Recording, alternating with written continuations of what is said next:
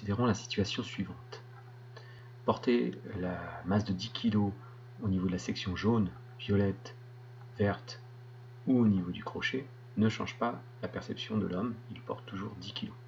Conclusion, la corde est tendue en tout point avec le même effort de 10 kg.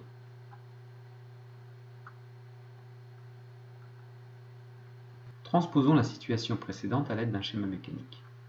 Si je cherche à tracer la variation de l'effort de traction le long de l'élément, on a vu précédemment que la barre dans cette configuration était uniformément tendue, ça veut dire que quelle que soit la section envisagée, j'ai toujours un effort P dans la section 1, 2, 3 ou 4. Je peux donc relier tous ces points afin de former un diagramme qui me permettra de lire la valeur de l'effort de traction quelle que soit la position de la section. Je vais représenter ce diagramme légèrement simplifié, c'est-à-dire que je vais tracer non plus la valeur de l'effort de traction, mais je vais tracer simplement la traction en kilonewton le long de l'élément. Et mon diagramme, dans ce cas présent, aura cette allure-là. On aura une intensité P. Et si je donne une convention de signe à ma traction positive, je vais pouvoir ajouter un petit plus qui permettra simplement d'identifier que la barre est en traction. Considérons maintenant une poutre sur deux appuis sur laquelle j'exerce un effort de traction. On va tracer la variation de l'effort de traction le long de cette barre et on va obtenir, comme tout à l'heure, une variation constante d'intensité F et de signe positif par convention. Ce diagramme nous permet de connaître l'intensité de l'effort de traction dans n'importe quelle section de la poutre. Ajoutons maintenant un deuxième effort de traction le long de la poutre à mi-portée et regardons comment va évoluer son diagramme de traction. Donc on va se retrouver de façon assez logique avec un tronçon de poutre entre l'effort F demi-travée et l'appui de droite qui vaut F et un effort de traction sur l'autre partie qui vaut 2F. Donc en fait on pourrait voir que les sections, la section 1 a un effort 2F et la section 2 a un effort F. Si maintenant, au lieu d'exercer un effort de traction, on exerce un effort de compression, on va chercher à tracer l'effort de compression en fonction de la position de l'abscisse de la section. Et suivant la même logique que précédemment, on va avoir donc la barre qui va se retrouver comprimée de façon uniforme. Donc ça veut dire qu'on va avoir un diagramme constant d'intensité moins F, et je mets ce coup-ci un petit moins puisque la compression est négative par convention.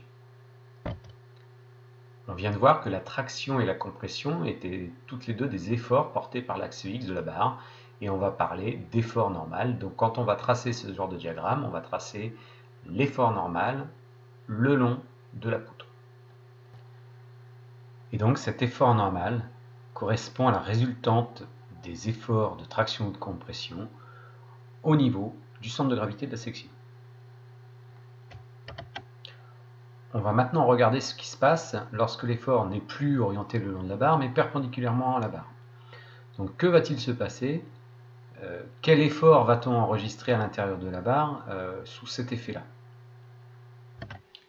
On va donc envisager la situation suivante d'une personne qui va se déplacer le long d'une ligne et qui va devoir porter une charge F toujours positionnée au même endroit.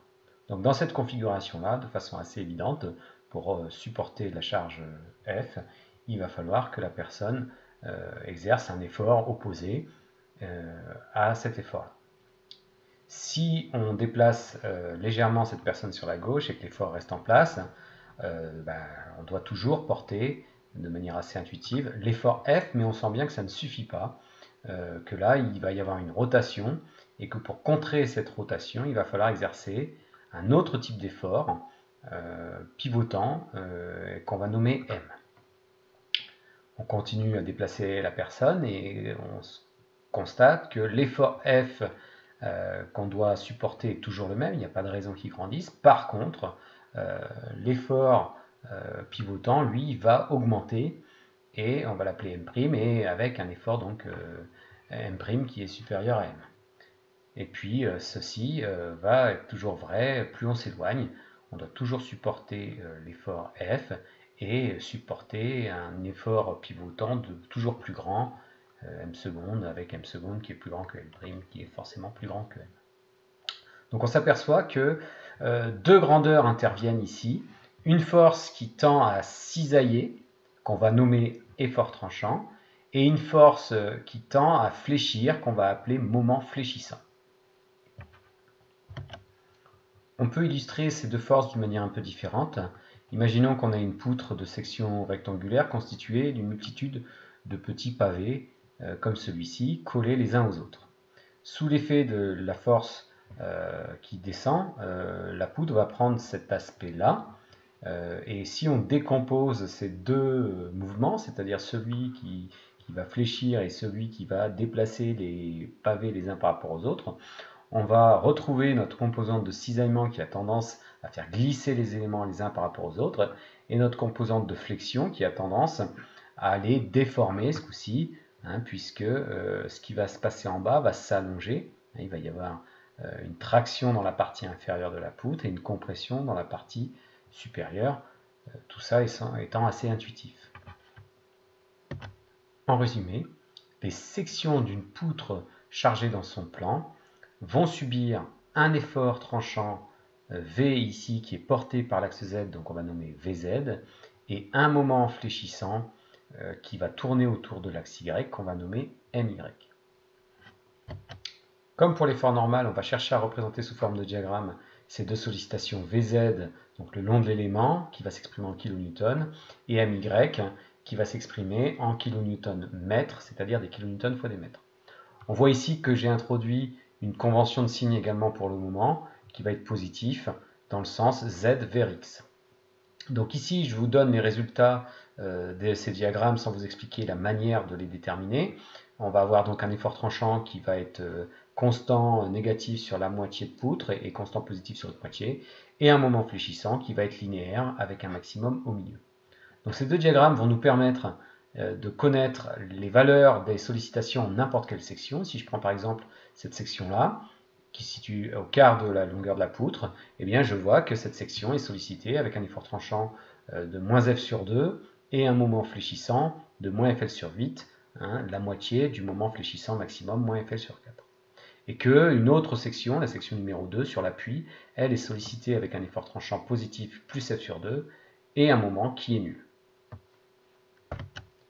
En résumé, les sections d'une poutre qui serait chargée dans son plan peuvent subir d'une manière générale trois efforts distincts. Donc l'effort normal qui tend à tendre ou comprimer la section, l'effort tranchant qui tend à cisailler la section, et le moment fléchissant qui tend à fléchir la poutre.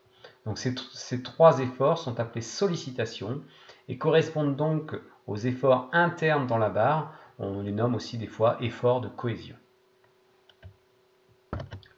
On a vu le cas d'une poutre qui serait chargée dans son plan XZ. Bien entendu, elle peut être également chargée dans son plan XY. Dans ce cas-là, l'effet de l'effort va provoquer les sollicitations VY et MZ, qui sont le cisaillement dans le sens de l'axe Y et la flexion, ce coup-ci, autour de l'axe Z. Enfin, on peut noter l'existence d'une dernière sollicitation qui consiste à tordre la poutre et qui va donc être de la torsion, c'est-à-dire un moment autour de l'axe X, donc un moment de torsion. Généralement, en charpente métallique, on fait en sorte de ne pas avoir ce type de sollicitation dans nos barres qui ne sont pas très bien adaptées à reprendre ces efforts. En résumé, si une poutre est chargée dans son plan XZ, ses sections seront soumises à trois sollicitations, donc l'effort normal N porté par l'axe X, l'effort tranchant VZ et le moment autour de l'axe Y. Et si une poutre est chargée dans deux plans différents, donc dans l'espace, ces sollicitations seront les 3 du plan XZ, plus les 2 du plan XY, donc VY et MZ, et plus éventuellement un moment de torsion autour de l'axe X.